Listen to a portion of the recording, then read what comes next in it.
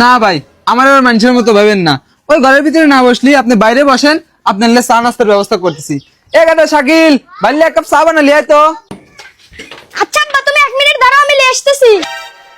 বাইস্তে আমার লাগে একটু চিনি বেশি করে দিয়ে নিয়ে এসো। বাইরে একটু চিনি বেশি করে দিলে এসো।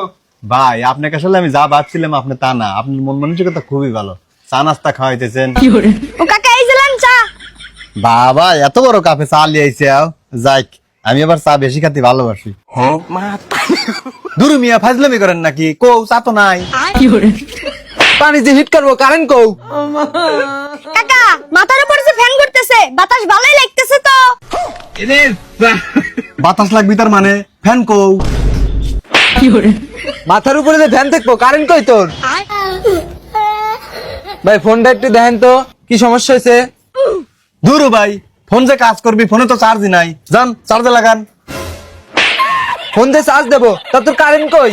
কারেন্ট না থাকলে ফোন চার্জ দেবো কেবো করে? চা দিমাদি গরম করলে আছিস না? ভাই তাহলে থাকগ, আজকে আর আপনার কারেন্ট বিল দেওয়া লাগবে না।